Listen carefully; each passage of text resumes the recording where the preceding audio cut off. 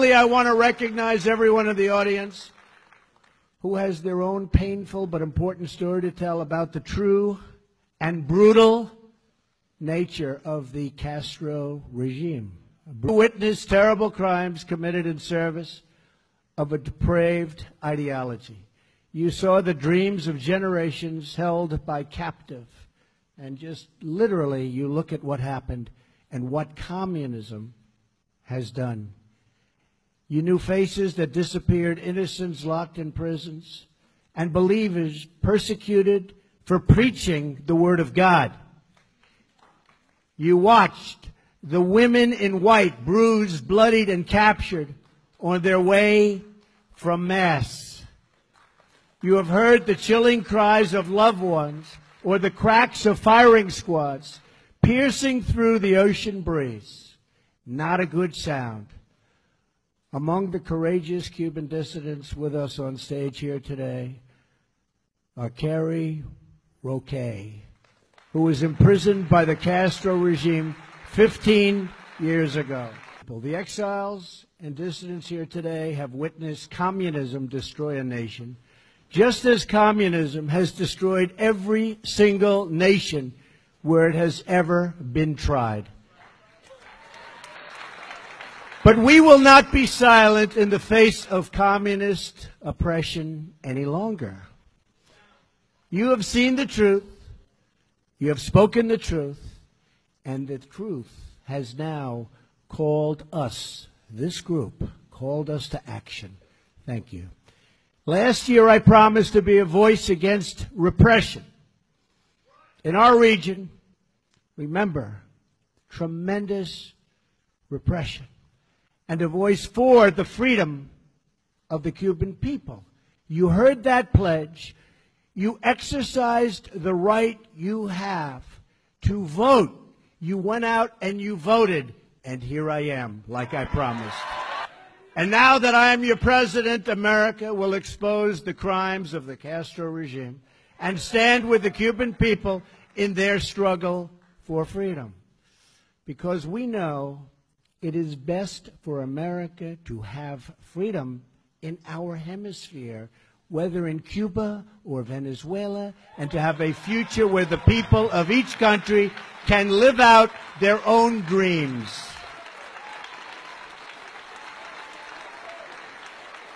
Nearly 6 decades, the Cuban people have suffered under communist domination.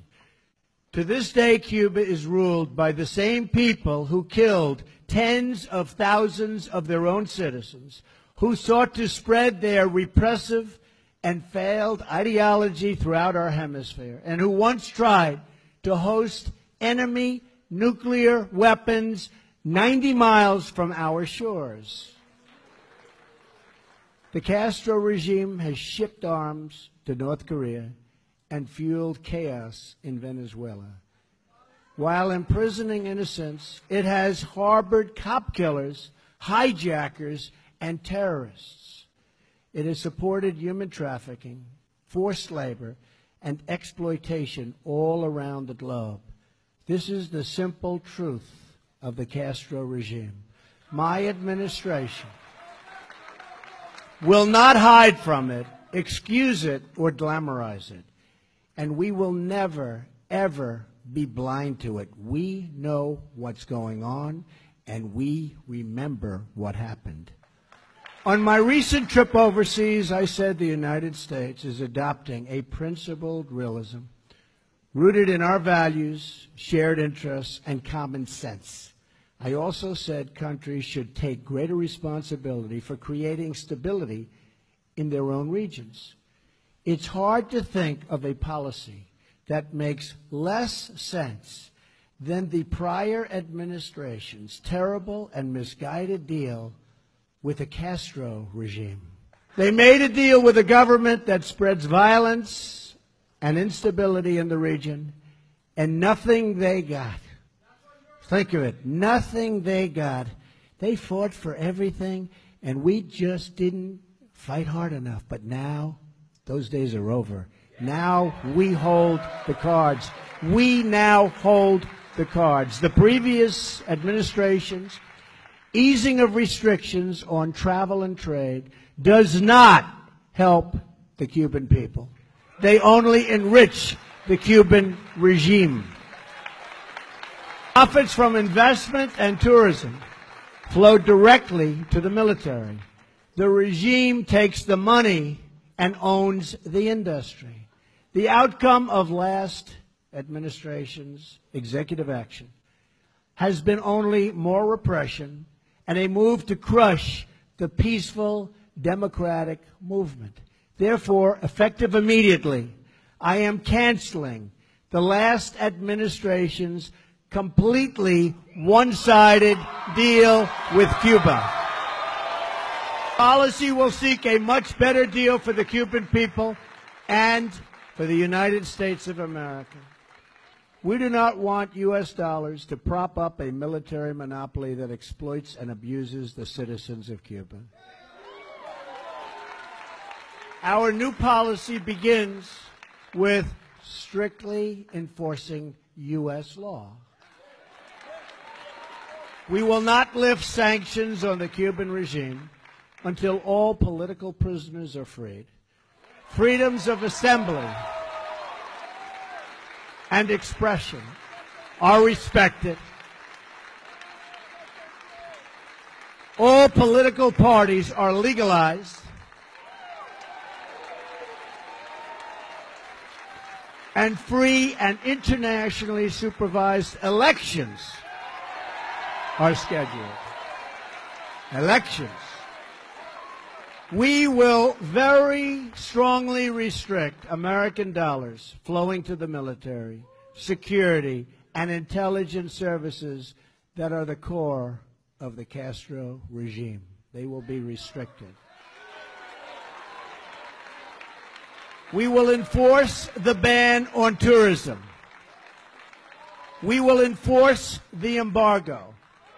We will take concrete steps to ensure that investments flow directly to the people so they can open private businesses and begin to build their country's great, great future, a country of great potential.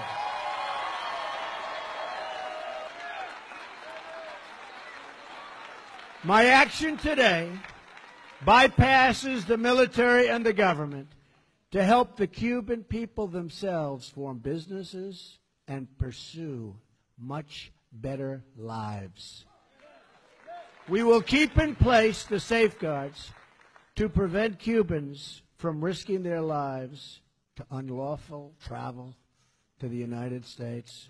They are in such danger the way they have to come to this country, and we are going to be safeguarding those people. We have to. We have no choice. We have to. And we will work for the day when a new generation of leaders brings this long reign of suffering to an end. And I do believe that end is in the very near future.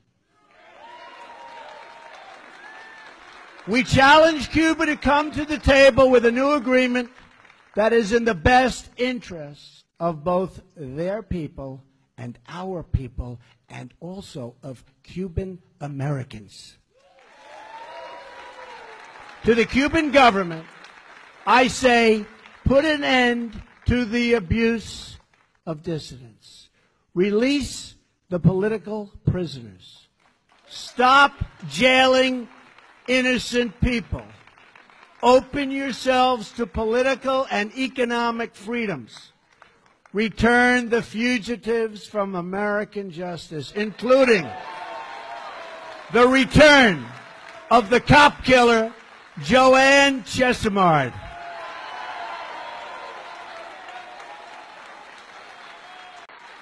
And finally, hand over the Cuban military criminals who shot down and killed 4 brave members of Brothers to the Rescue, who were in unarmed, small, slow, civilian planes.